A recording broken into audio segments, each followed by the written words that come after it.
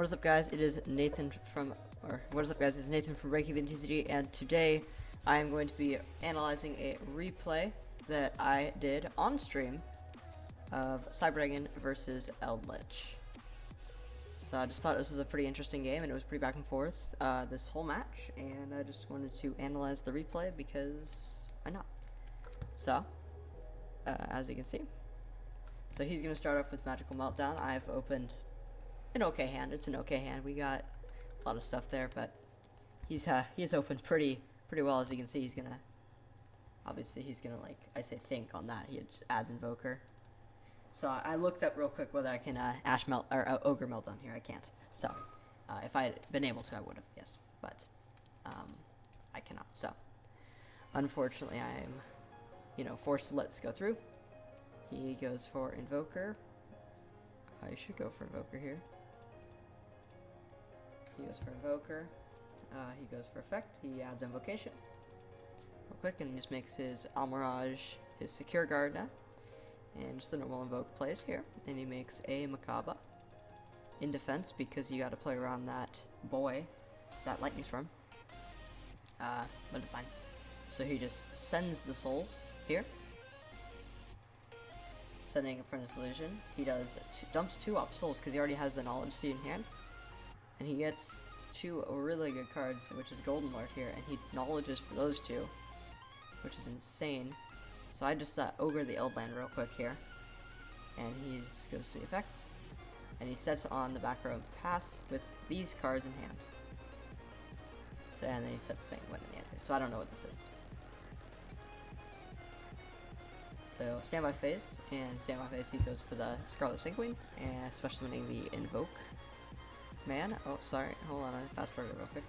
So what you can see here is I special summon Cyberdragon and contact fuse away his Makaba because it's a machine to make Fortress Dragon.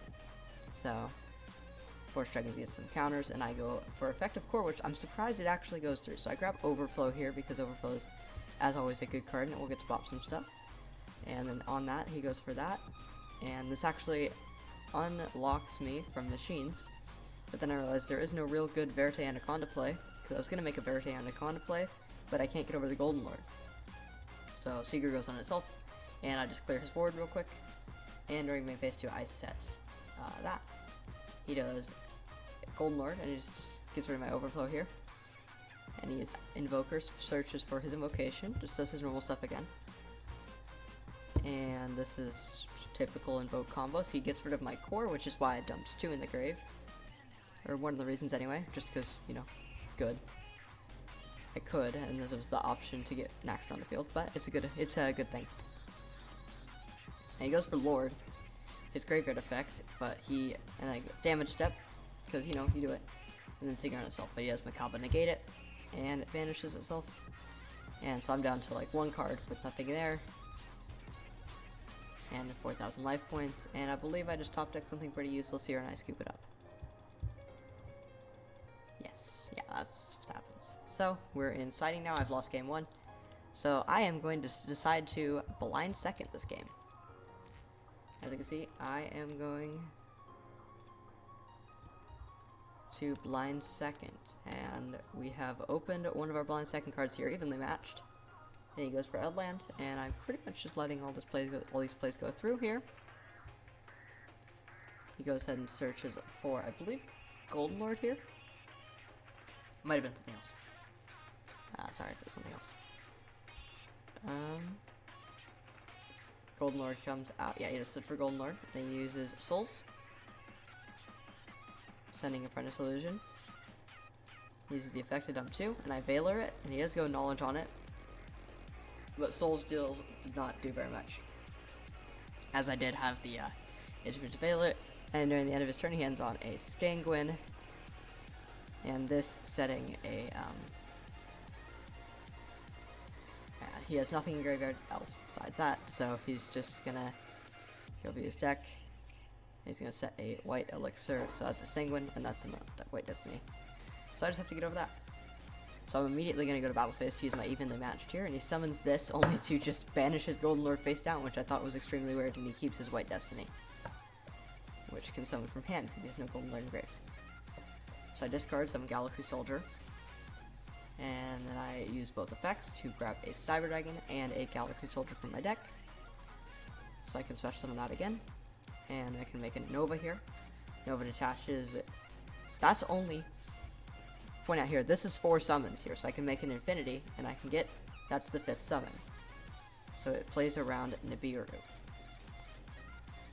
which is good. So Emergency here is going to add Cyber Dragon Core because I haven't normal summoned yet. Actually, so I'm kind of scared of a back row here, so I'm going to grab Overflow.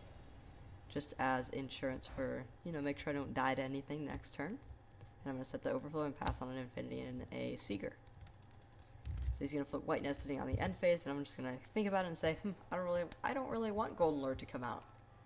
So I'm just going to go ahead and Infinity negate it. Not realizing he didn't have one engraved, so that means his hand. So he's going to go that during the draw phase.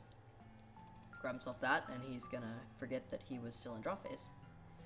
And he's going to White Destiny. You cannot White Destiny Graveyard Effect in the draw phase. It is a spell, no matter if it's a quick play or not. So I Overflow here, and I'm just going to get rid of the Eld land. He's going to get the dump, but I don't really care. And then he's going to do that. He's going to cost of the Golden Lord effect, and I'm going to negate that with Infinity. So he keeps going off with his Knowledge plays after Souls, and I'm like, hey, cool. Souls is an attack position, I can absorb it with Infinity. So Knowledge here is going to draw him 2, and it's going to draw him into his driver, which he apparently cited for going second. And he's just going to scoop it up there, because he didn't really have much going for him. So into this game, I'm going, is he going to make me go second, or is he going to make me go first? And I'm thinking he's going to make me go first because I chose to blind second into that game. And as you can see, he does make me go first. So I was correct in this regard. So I draw into one of my going first side deck cards of Solemn Judgment. So I do the Galaxy Soldier Hers play. I'm lucky enough to open that a lot. And he's got this Gamma chilling here. I don't know why he didn't Gamma. Oh wait, I went Galaxy and then Hers. He said go, so I thought he was just like, go, do whatever you want. So I think, okay, I can make some risky plays here, but he does have Gamma, which is I don't know, but he does have Gamma. So I didn't really make any risky plays. I was just a standard play I would have done no matter what. But he does hit the Soldier. I'm like, oh yeah, so you say go, but okay. And I just think that's a bit weird, but I am still fine. It's a bit weird that he did it to the Soldier as well, but I guess I could have just made Nova, and then if Nova had gotten popped, I would have gotten buffed for Fusion. So I don't know what that would have been. So I'm going to just go for the Cyber Dragon Core now. And I have a plan in my head here of what I'm going to do. So I can Repair Plant, grab Repair Plant, and get 2 searches here. One for an Axter and one for basically any monster, to be honest. And I just go for a Core so I can have 2 in the grave, like that first game. So Naxter I can summon out here. And his effect, we'll get back to the OG Cyber Dragon. Meaning now I can actually make my Nova, get it down, Nova, summon it, OG back, make an Infinity here, and then make a Seeger, and I can set my Solemn Judgment. So I'm feeling pretty good, and he just has to, he has to banish us during the end phase, of course. So in the main phase 1, he goes and Cosmic Cyclones my Solemn Judgment. So it's like, why would I negate that? It would just be losing 4,000 life points for nothing. So, and he goes 2 of those to bait out my other negate with the Golden Lord, and he goes Alistair. And I have, he has 2 invocations in hand. So I understand what he was doing on this next play, but I feel like I probably would have lost the game if he was playing Elysium, but he's not. So he is going to go for this. And I think it's a Bootyard, he could just use my thing. Why would you have to go into Securon? But he's actually making Purgatrio.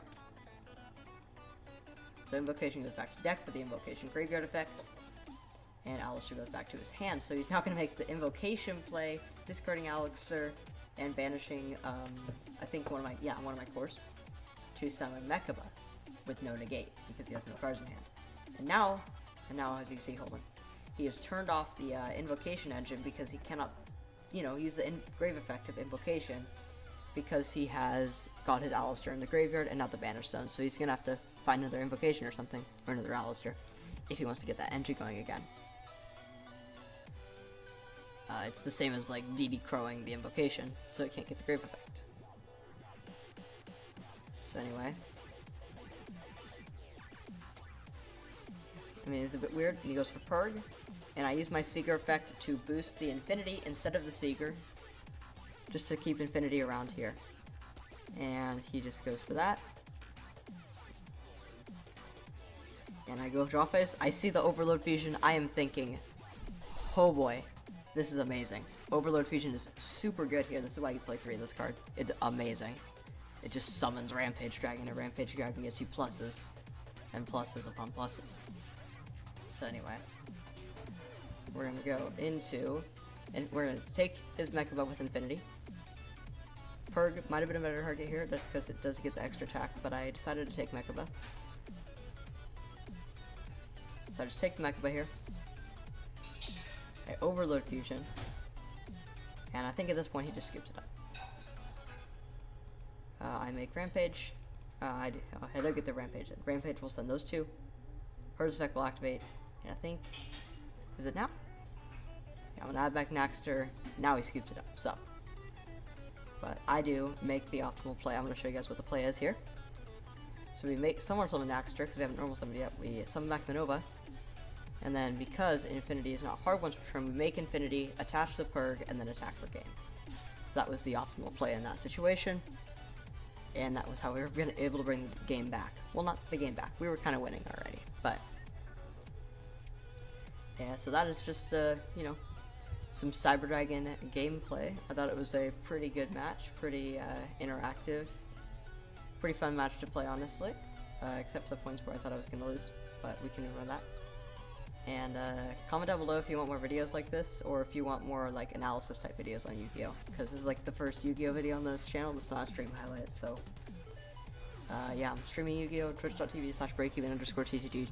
Follow it. And without further ado, this is Nathan from Breakeven TCG signing out. Alright guys, thanks for watching. Remember to like the video, leave a comment of what you want to see next, and subscribe. T here from the Breakeven TCG channel, signing out.